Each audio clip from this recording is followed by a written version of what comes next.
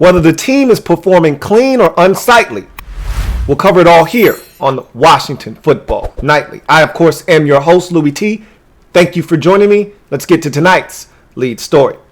So, as we head into week one, I started to think and reflect back on the offseason that was, and what a whirlwind of an offseason it has been. Now that it's coming to a close and we can start looking forward to the future, we don't know what this season holds for this football team. We don't know how we'll feel about this team at season's end. However, going into week one, I feel as positive about this team and the direction of this program as positive as I've probably felt in the last 2 decades. That includes the Joe Gibbs 2.0 years. That includes Mike Shanahan's first landing here in Washington. That even includes the Robert Griffin III 2012 lightning in the bottle season and the year that followed. That offseason, we felt so good. However, the dark cloud of his injury was hanging over our head. We didn't know what we were getting into. So that kind of dampened the excitement that 2012 provided us with going into the 2013 offseason. However, I said all of that to say this. Is this the healthiest that this organization has been?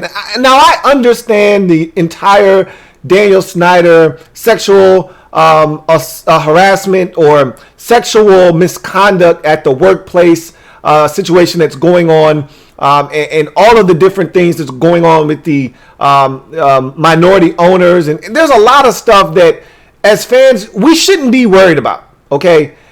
I'm just talking about product on the field, health of the organization from a football standpoint. We've got almost $26 million, a little over $26 million in cap space. We feel good about where we are roster-wise. We're adding young talent. We can re-sign our own guys if we like. We can go out on the market and get more talented players if need be. We've got cap flexibility to do all of those things.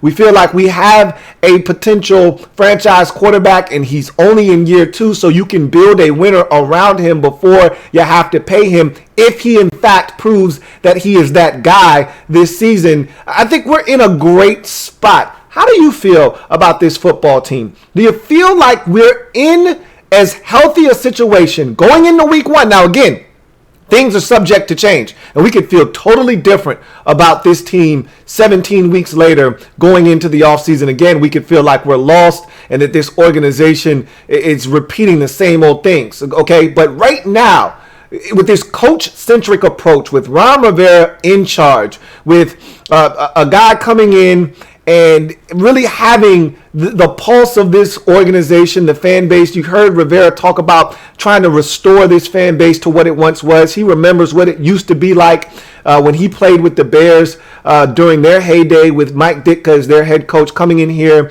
during those massive playoff years against Washington, whether we had to go to Soldier Field or they had to come here. And him remembering what it was like to play at RFK Stadium and talking about wanting to rekindle that magic here. And then you talk about Jason Wright on the business side and feeling good about what he's going to be able to do to help turn things around. I love Kyle Smith. I've told you that I think this guy is extremely sharp and bright and understands the X's and O's, but also understands how to evaluate players and who fits where on this football team. I think we've got a really good structure right now. How do you feel about this football team? I think we're really healthy. This organization, outside of the Dan nonsense and the ownership tomfoolery, and I'm just cutting that off. I'm not even talking about that. I'm talking about everything else, from our scouts and player of personnel and head coach and all of that stuff, salary cap wise. How do you feel about this organization right now? I feel really positive about this football team. Now, I don't think it's going to result in a ton of wins this season. That's not what I'm saying. But I am telling you that I'm very hopeful for the future, more hopeful than I've been in a very long time. And as I've told you, I'm going to start talking reckless, next season. If this year goes as planned and I see the things that I need to see, then I'm going to kick it into full overdrive and start talking reckless. I won't use the P word as often, but I will start throwing the P word out there a little bit more prevalently. I'm telling you right now, I think we're heading in the right direction. I want to hear from you guys. leave it in the comments section. How do you feel about the health of this organization? Is this the healthiest we've been in a very long time? I'm going all the way 2 decades back to the start of the Snyder era here in Washington. I feel like this is the healthiest we've been since he's taken over the organization. This could be short-lived, as I've mentioned. 17 weeks could change a lot of things. And we've been feeling good about coaches coming in situations, but never have I felt good about the entire organization, sans for ownership, like I do right now. I feel really good top to bottom, outside of ownership, as I said 10 times already. I feel really good about this organization cap situation. I don't remember us being this healthy from a cap standpoint either. I know you hate to give Bruce any credit, but he's been really fiscally responsible to put us in a situation here. Now, a lot of times his financial responsibility also left us without talent on his football team. You couple that with some of the moves that they made in other areas like the draft, where they have failed us time and time again. I think we're starting to get on the right track there as well. So we're in a really good spot financially as well. Feel good about this. What about you? Let's move on to in other news. And we had our quarterbacks coach, Ken Zampese, step up to the mic today. And he talked a lot about the development of Dwayne Haskins, talked about, his involvement in what will be the game day procedures on the sidelines and things of that nature. And we'll get to his coach speak here in a second. But I did want to take a look at a few things. We talked about the practice squad earlier this week on the show. And I talked about how we were going to have 17 spots available because we were going to have a player. We were one of 7 teams that were involved in the IPP program, the International Pathway Program, where we have a lineman from overseas, across the pond, that's learning the game and getting better, and David Bada. And so he's on the practice squad, and he's not counting against our 16. So we would then have a 17th spot available, but we hadn't filled it yet. We also talked about the practice squad and some of the different intricacies of this season. Let's take a look at a couple of things that you may not have known about. And I don't know if I've actually talked about them or not. So let's shed some light on some more different things about the practice squad that changes in this unique season. So I thought this was an interesting tweet because I read a week ago that on the practice squad this year, you're allowed to essentially, remember we had this discussion once upon a time about what would you do if, what players would you keep if you had to make players untouchable, and there was an expansion team coming into the league and you had to keep 5 guys essentially on your roster. Which 5 would it be? This is a similar type of approach here. The NFL is allowing teams to have 4 players that they can protect on a weekly basis on their practice squad, which means they cannot be poached by other teams. I want you to pay attention to the tweet from Ben Standing here before we get to the retweet and the comment made by Mark Bullock. Ben Standing tweets out, NFL teams each week can protect up to 4 on the 16-player practice squad from poaching by other teams. Per the transaction wire for week 1, Washington protected, and these are the 3 players. Now, he also says, I don't know why they didn't have a 4th guy. They only have 3 at this very moment. But so you see the guys that Washington has elected to protect away from the rest of the league, because on the practice squad, if another team around the league sees one of your players and deems them worthy of being on their active squad, they can then offer them a deal. And what player isn't going to take an opportunity to be on someone's active roster? So essentially, teams can poach your players away. That's similar to what the Oakland Raiders, now the Vegas Raiders, did to the Baltimore Ravens with tight end Darren Waller, because they saw him in a game against the Raiders warming up as a practice squad player prior to the game, and he looked impressive, and they said, who is this guy? They found out it was Darren Waller. The very next week, the Raiders snatched him off of the Ravens practice squad. The rest is history. He's now a big-time tight end in this league. So guys can have the opportunity to go elsewhere if a team is willing to put them on their active roster. This new rule gives you the opportunity to protect 4 guys from being poached by other teams. You see the 3 players that the Washington football team elected to keep in Cam Sims, wide receiver Cam Sims, guard Josh Garnett, safety Jeremy Reeves. Now, there is another spot available, but that really tells me is that they don't have another guy that they deem protectable at this point. If someone else wanted an opportunity to go elsewhere, they could have it. But I thought this was an interesting tweet. It kind of reflects how I feel by Mark Bullock, who says, this is an interesting note. Provides insight into guys that they like most, which I think that's the case here. Also positions of weakness potentially. Also probably tells us where the last few cuts were to get down to 53. That was where I was going to go with this. When you start looking at this list of guys that you can keep protected from the rest of the league, that tells me these were the guys that they really had a hard time cutting ties with when they were trimming their roster down to 53. These were the guys that they really looked at and said, we would like to keep this guy, but we just don't have the space for them.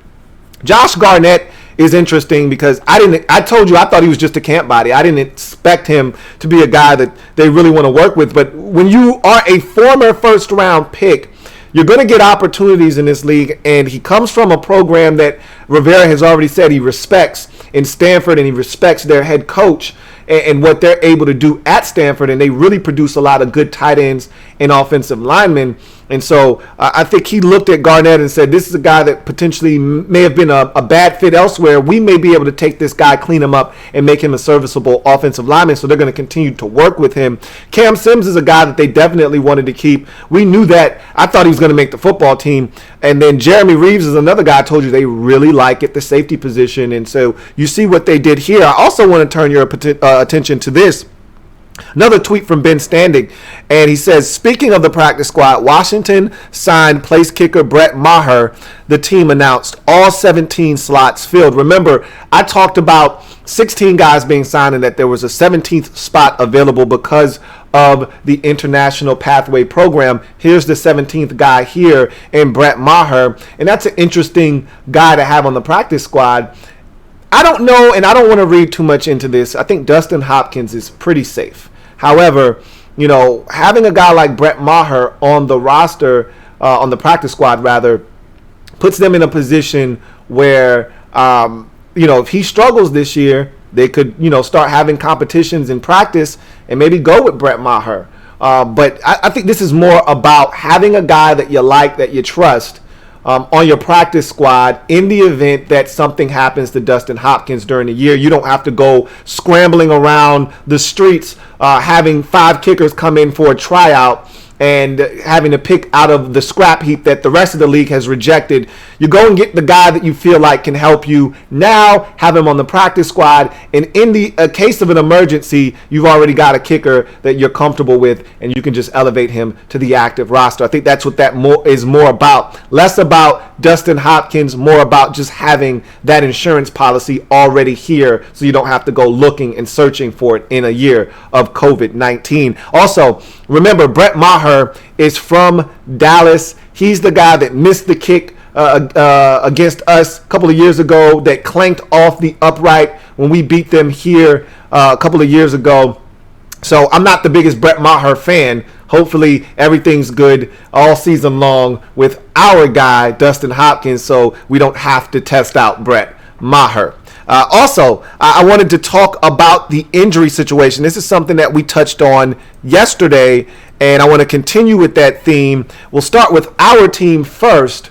And so yesterday we talked about these same 5 guys. So the injury report has not changed in terms of anyone else being added to the list, but it has been updated a bit. Thomas Davis was limited yesterday. He was downgraded to not practicing today.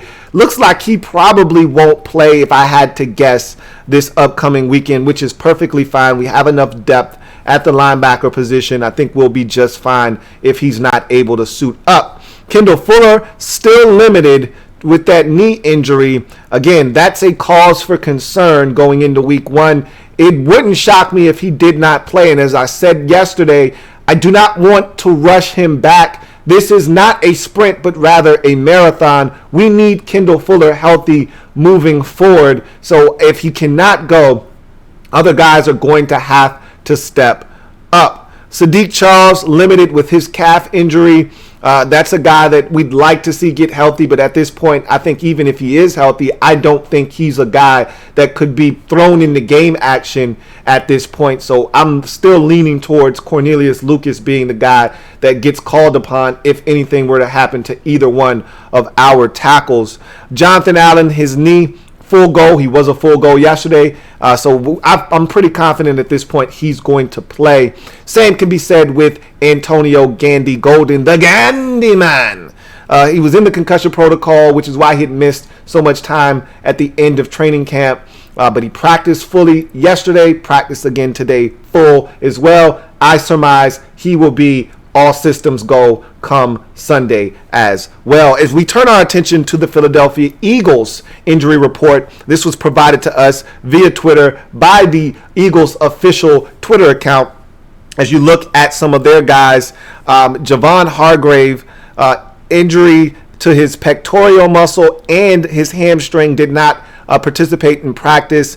I don't think he's going to play in this football game. Neither do I think is Alshon Jeffrey. Never, ever trust a man with two first names. Remember, they were looking to move him at the end of the 53-man roster cut downs towards the end of training camp. Couldn't find a viable suitor, decided to hold on to him. He's got a foot injury. He's been banged up the last year and a half, so this is no surprise here. He did not participate in practice. Doesn't mean he will not play, but when you get to Thursday and you don't participate in practice, the chances of you playing start to shrink and diminish exponentially. Hamstring injury for Derek Barnett, one of their good edge rushers. He was limited in practice today, so there's an outside chance he could still play. A guy that was added to the injury report today was running back Corey Clement with a quadriceps injury.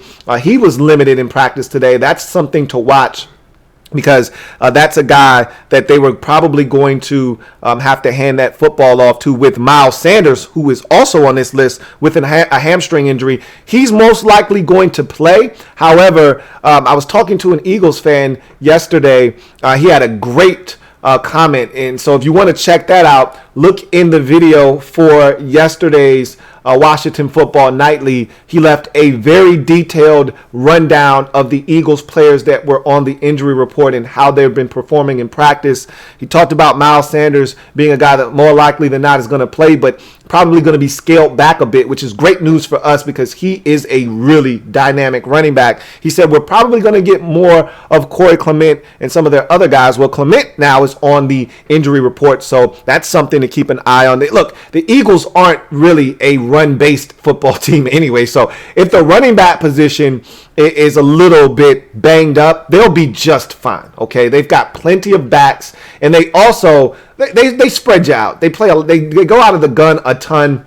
Wentz is more comfortable out of the gun anyway, and so look, they're not going to be hurt by any means if their running back position's a little dinged. Lane Johnson is the big one here. This is the guy that I'm focused on, and that was what the commenter said. He said, look, Lane Johnson's the one guy I'm concerned about because if he can't go, it throws our offensive line into a bit of a flux. He said, if Lane Johnson goes, we're going to be just fine. We'll have enough guys everywhere to play and be solid. He said, with Jason Peters kicking outside to tackle, they've got, a little bit of a, issue at guard, left guard, but not a big one. He said Siamalu is fine at guard. They're not really that worried. We know they're really good at center with Kelsey. You get to the other guard spot, and this is where things get a little tricky. If Lane Johnson can't go, then the guy that's playing guard has to then kick outside to tackle, which really makes it a scary situation for the Eagles. If Johnson can go, then the guy that's playing guard will remain there, and they'll be just fine. He's serviceable at guard. He's not as good at tackle. So he said Lane Johnson's injury is something to really watch closely. He's got an ankle injury. He was limited today. We'll keep our eye on that one in particular, because we feel like we've got an advantage on the defensive line if anything happens to either one of their tackles. I already feel like we've got a distinct advantage on the interior already with Jason Peters having to kick outside. I think we have an advantage now on the interior of their offensive line. But you take Lane Johnson or Peters out of that lineup, and I think we have a distinct advantage off the edge with Montez Sweat, Ryan Kerrigan, Chase Young, and Ryan Anderson and company. So that's one to watch. And then the rookie wide receiver, Jalen Reagor, who I talked about the other day and said that he had got banged up in camp. And a lot of reports were that he was going to miss the first 2, maybe 3 weeks of the season. Miraculously, this young man has been working his way back. And he was a full participant after being a limited participant yesterday. Full participant today. Looks like this guy's going to play. And we're going to get our first taste of the TCU rookie product on Sunday. We'll see what he's all about, along with some of the other young guys that they have on their roster at the wide receiver position, which I mentioned yesterday. So that's something that we'll keep an eye on, but we will move back to the podium where quarterbacks coach Ken Zampese stepped to the mic today. And I always like hearing from Ken Zampese because he's a very straightforward coach. He's been in the league for a while.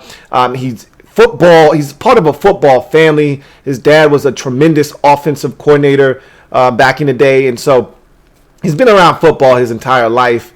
And so he's a straight shooter. He gives it to you raw, straight, no chaser. And unfiltered. And so he was one of the guys that said, look, Dwayne got into tremendous shape, but being in shape isn't going to make you a good quarterback. It's not a prerequisite. It's great to be in shape. It's a great first step to take, but we need him to be able to perform on the field. But he's seen tremendous strides from Dwayne since getting here. And we've heard this echoed from other coaches, and Zampese said it again himself, and this is something that I've always believed in with Dwayne Haskins. He said this guy's a tremendous competitor. He said the thing that he's been most struck by with Dwayne in coaching him up every single day is his competitive spirit. He said doesn't matter if it's a individual drill, doesn't matter if it's a team drill, doesn't matter if they're just throwing the football, running the route tree to their receivers. He wants to be the best every single time. Everything's a competitive situation for him. And he said you love that. Not everyone has that gene. And he said, you much rather have a guy that is hyper competitive than a guy that you have to drag along. And I always harken back to the quote a wise man once told me, may he rest in peace, Big John Thompson, ex-Georgetown Hoyas coach, always would say, I'd much rather have to tame a crazy man than to drag along a corpse. So, or wake up a corpse, excuse me. So, similar situation here. You much rather have a guy that's hyper competitive than a guy like Jay Cutler, who seems like he doesn't give a damn, which struck the famous Smoking Jay meme. So, that's not something we have to worry about with Dwayne. He's a guy that wants to win, and Zampese says he sees that from him. In terms of his role on game day, Zampese said he's going to be on the sidelines, and he's going to be a very vocal, hands-on guy. But he said that the key with Dwayne, or any quarterback for that matter, is you want to simplify everything. You don't want to clutter the quarterback's brain. You want them to be out there free, loose, and able to be cognizant of everything going on around them. And the one thing you don't want to do is bog them down with a bunch of clutter. So he says, a lot of the talking will be done to the backups and what they see on the sidelines. But once Dwayne comes over, they're going to focus on him. Keep it tight and short. Make sure that they're on the same page. He talked about hand signals and different things that he can do to try to get Dwayne to do something without having to verbally communicate with him, just to keep him mentally sharp and not have to weigh him down with different things. So, again, listening to Zampese talking, and this is another guy that I'm just excited that he's here. And he's had success around the league, whether it's Andy Dalton or you look at what he had with Baker Mayfield 2 years ago. Remember, Baker Mayfield was tremendous 2 years ago. What happened to Baker Mayfield last year? Well, part of the reason was Ken Zampese wasn't there any longer. So he's had tremendous success with young quarterbacks in this league, has Ken Zampese. And I think he's going to have more success here with Dwayne Haskins. Sounds like they're coming together really well. And he talked about the body language. And, I thought this was something that he said that struck a chord with me and that I think was the most important thing that I heard him say. And he said, look, and I talked about this, but I was talking more along the lines of after the game is over, you have a tough loss. How will Dwayne respond to the media after the game at the podium? That wasn't one of his strengths last year. He seems to be getting better at that now, but we're going to really see when the season starts. But Zampese kind of echoed that, but he was talking more on the field during the course of a game. And he said, what I really want to see from Dwayne, and we don't know this yet, but we're going to find out, is what his body language is. What is his ability to be able to overcome adversity during the course of a game? You make a bad play, you miss a read, a guy was running wide open, you missed him down the field, you fumble a snap, it's a turnover, you fumble after getting hit, other team recovers, you throw a pick six. How do you respond in the moment? All right, how do you respond during the course of a game? He said, the thing you can't have is a guy get down on himself and have one bad play turn into another bad play and a bad series, then a bad quarter, then ultimately a bad game. He said the thing you don't really get to gauge in practice, because there is no scoreboard, is how a guy responds to adversity and the scoreboard. Maybe you're down 14-3 at the end of the first quarter and things aren't going well and you haven't performed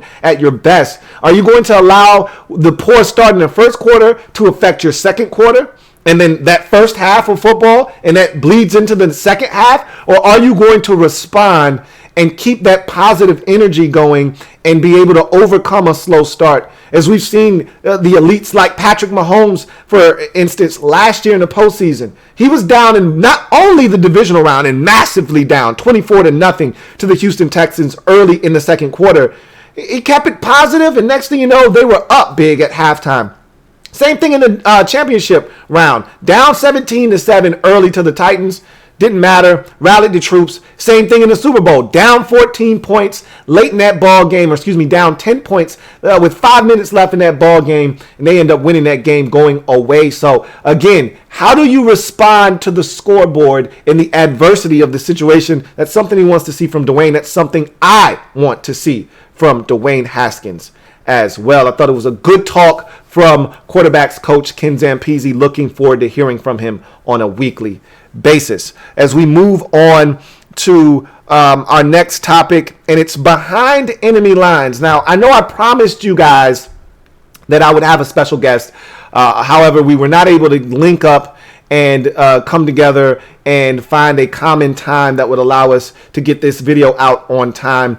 So I can carry on this behind enemy lines by myself, because we've got a lot to discuss when talking Philadelphia Eagles. And I told you we were going to get more in depth about this Eagles matchup. And I want to do that here and start on the offensive side of the football. And I want to talk about specific matchups that we need to be paying attention to in the course of this game. If we're looking to have success, these are matchups that we either need to be even with the Eagles in, or we need to somehow come out on top and have it favor us in the ball game. So let's start with the Eagles Eagles O versus our D, because we think our defense is the strong suit of this team. So if we're going to have a chance to win this football game, going to have the defense step up and make some plays. I think the first individual matchup that I'm looking at is Wentz and the offensive line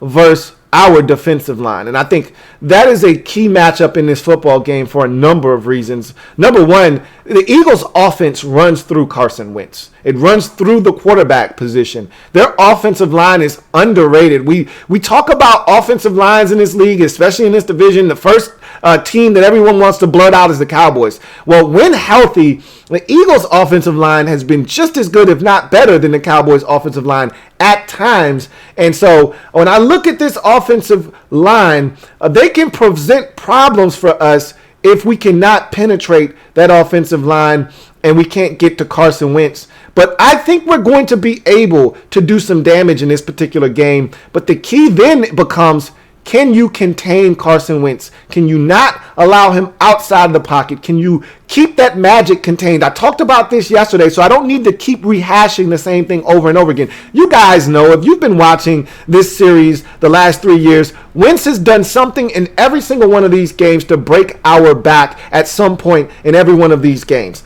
We've got to find a way to bottle up Carson Wentz. And he's one of these guys in the league that when you hit him, he's loosey-goosey with the football. He will fumble the football if you can get to him. Our problem has been we haven't gotten to him enough. If we can get to Carson Wentz, we'll have a great opportunity to win this football game. But it starts in the trenches up front with our defensive line defeating their offensive line.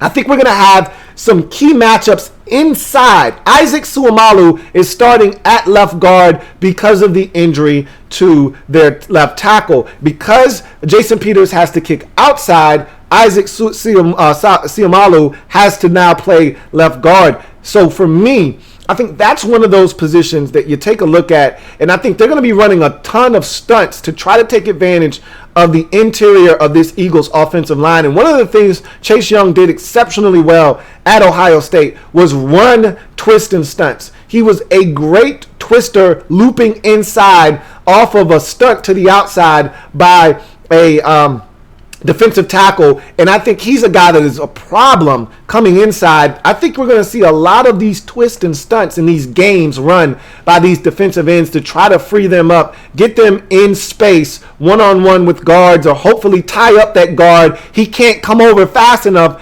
Young beats him to the spot, gets some pressure on Wentz. Whatever the case may be, I think this defensive line is going to be key in stopping Carson Wentz and neutralizing that offensive line and in the run game as well. Speaking of the run game, that's another key to the game. Look, the Eagles to me aren't a big-time rush offense. That's not necessarily their calling card. However, they can run it when they need to run the football, i.e. first game last season. Remember, we were in that ball game. As a matter of fact, we were dominating that football game for much of the first half, and then Deshaun Jackson happened at the end of the first half, and then he happened again to start the second half. But remember, we were in that ball game, and then the Eagles got the football up, let's call it, I think they were up 7, maybe 8 or 9, and they got the football at the end, I want to say with about 7, maybe 8 minutes left in the fourth quarter. And if I recollect correctly, I don't think we got the football back until about a minute left in the game, and they had pretty much all but bled the clock for about a good 6 or 7 minutes, just running the football down our throats. So I mean, they don't run it a ton, but when they need to, they can. I told you about the 3rd and 15 draw play that they absolutely killed us on with Miles Sanders last year. When they need to run the football, they have been able to run it. I remember the Buffalo Bills game last year with Miles Sanders, to me, which is his breakout game. The Eagles were on the ropes in terms of their season. They needed to win that game. They needed to win the Packers game early on in that season. Miles Sanders stepped up in some of those games. We've got to be able to stop the run, make them one-dimensional, or at least make them side and favor towards the pass, and then see if we can't unleash our defensive line against their offense. So then I think you get to a big matchup, one that always scares me when we play the Eagles in particular, because they have the best set of tight ends in the division. You could argue they've got the best tag team tight end situation in all of football. Definitely in the NFC. I don't know if there are any other teams in the rest of the conference that can put 2 tight ends on the field that pose the kind of matchup problems that Zach Ertz on one side and Dallas Goedert provide on the other. So when I look at the Eagles, I always think about Zach Ertz. He's the guy that I used to, it was funny because I remember an Eagles fan coming to me one time, or it might have been a Washington football fan coming to me and saying, man, Zach Ertz, and they feed him the rock until it Ertz.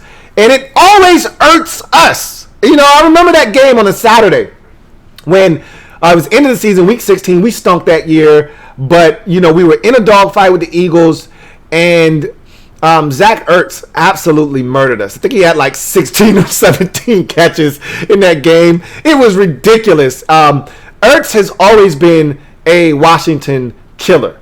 And anybody with a good tight end usually kills us.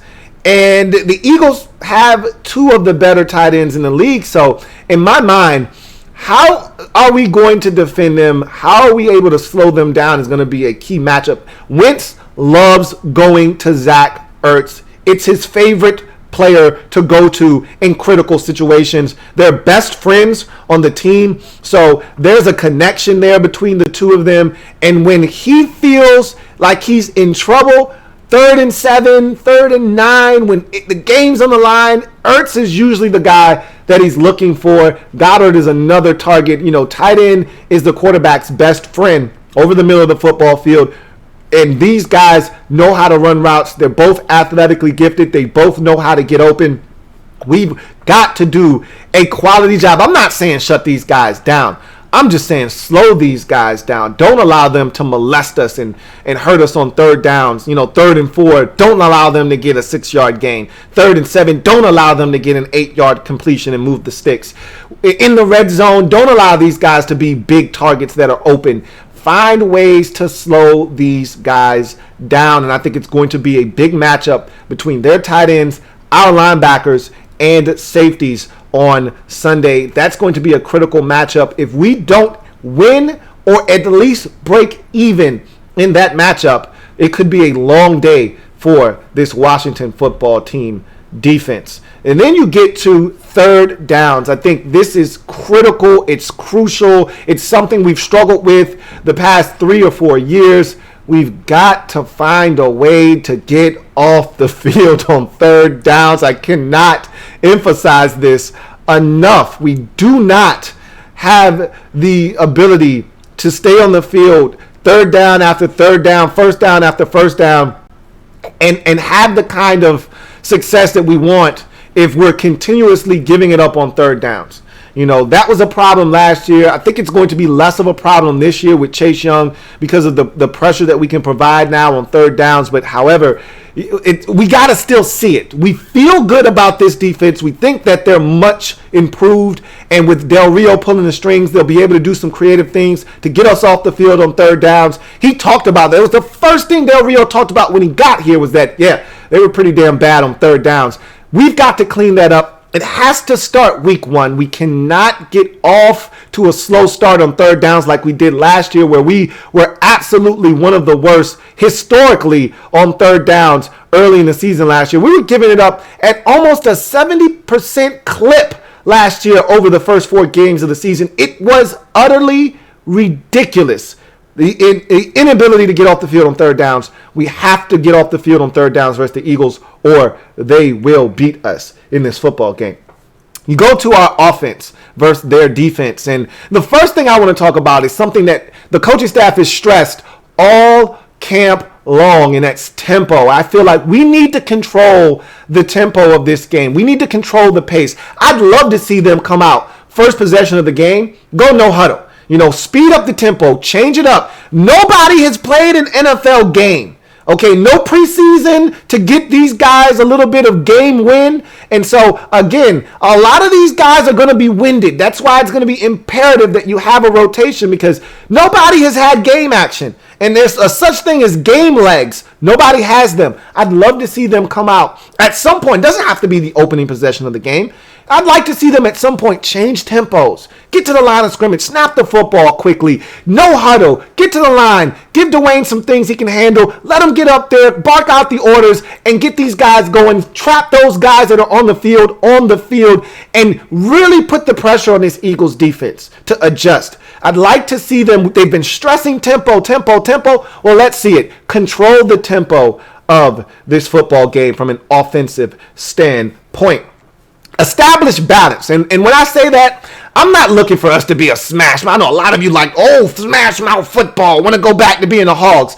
Damn that. That's not what Scott Turner is as a coach anyway. But what I do want to see them do is when we need to run it, similar to what I said about the Eagles, when we need to run it, we should be able to run it. And the beauty of this year's run game is that the run game is going to marry the pass game. It's going to match up with the pass game. So the play action fake is going to look like the run game. So those things help. Last year and in the years prior to that, with Bill Callahan. The run game and the pass game didn't match up. It was an easy tell, and it was a mess. Let's call a spade a spade. It was a mess. It's going to look totally different this year. I think we're going to have more success running the football. And the beauty of it is we can spread you out now with the versatility that we have. Adrian Peterson's not a gun runner. That's not what he does best. We've got guys that are going to run it well from the gun and in different situations, jet sweeps. Keep them off that. It doesn't have to be a traditional handoff to have balance running the football. It could be a jet sweep. It could be a pitch. It could be a reverse. It could be a double reverse.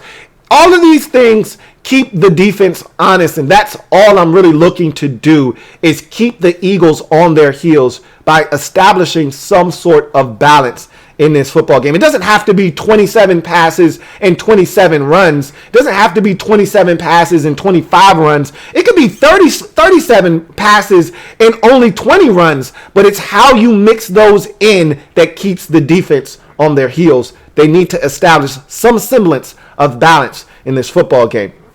Creating mismatches, I think, is going to be key. Spreading the football around is something else that I think we need to do. I know Dwayne loves to feed the football to Terry McLaurin. It's his favorite target. I talked about Carson Wentz's favorite target being Zach Ertz. Well, Dwayne Haskins' favorite target is Terry McLaurin, and for good reason. But they're going to put their best corner on him, and he's going to shadow him the entire game. And we know that Terry's fully capable of handling their corner because he did it last year when he was in Detroit in Darius Slay. So we know he's fully capable of taking advantage of Darius Slay. But however, Slay's a good football player. He's going to win his fair share of matchups. We have to be able to go elsewhere with the football. And I think the key is going to be creating mismatches. I'm not afraid of the Eagles linebackers, nor should you. Okay, we need to be creating matchups where Antonio Gibson starts out in shotgun next to Dwayne Haskins. He sends him into motion. All of a sudden now, you got one-on-one with a linebacker. You can go deep on that linebacker. You can go over the middle of the football field. There are so many opportunities, infinite possibilities when you create mismatches. You can start in a 12 personnel look and then have Dwayne spread everybody out, and all of a sudden you're empty. You got an empty set, and you've got some matchups that you really like and you can take advantage of. I think this is a situation that, I like the way that this team is set up, and I expect a lot of 21 personnel. 2 backs, 1 tight end on the football field, and you can do a lot of things with all of the versatility that we have. You're going to see a lot of times where J.D. McKissick and Gibson are on the field at the same time, and I think that's a situation where you can send both of those guys in motion. Both of those guys end up splitting out, and now you've got backers on 2 running backs that you feel can win against any linebacker in the league.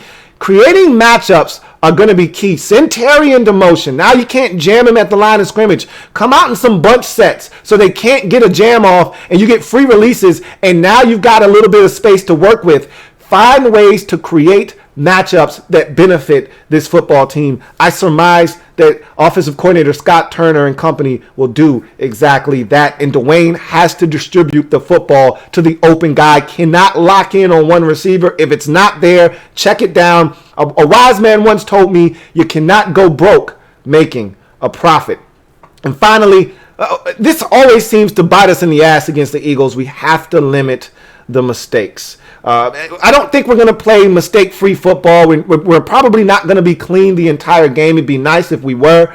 But at the end of the day, you got to limit the amount of mistakes that take place. If we got 1 turnover in a game, okay, that's not going to kill us. But you can't exacerbate that problem by having another one. It'd be nice to win the turnover battle. It'd be nice for this team to come out and set the tone for the season and be stingy with the turnovers and not give it up in this game and really be one of the teams that plays smart, sound football. Don't hurt yourself with penalties, put you in 3rd and long situations. You get a big play and it's called back due to holding or or illegal shift, or a guy wasn't set, or a guy wasn't on the line of scrimmage and you had an illegal formation. Like stupid, dumb penalties like that can be avoided. Those pre-snap penalties, we have to steer clear of those. And then when opportunities present themselves, you got to take advantage. If a guy gets behind that Eagles secondary, I think we have opportunities to get behind that Eagles secondary.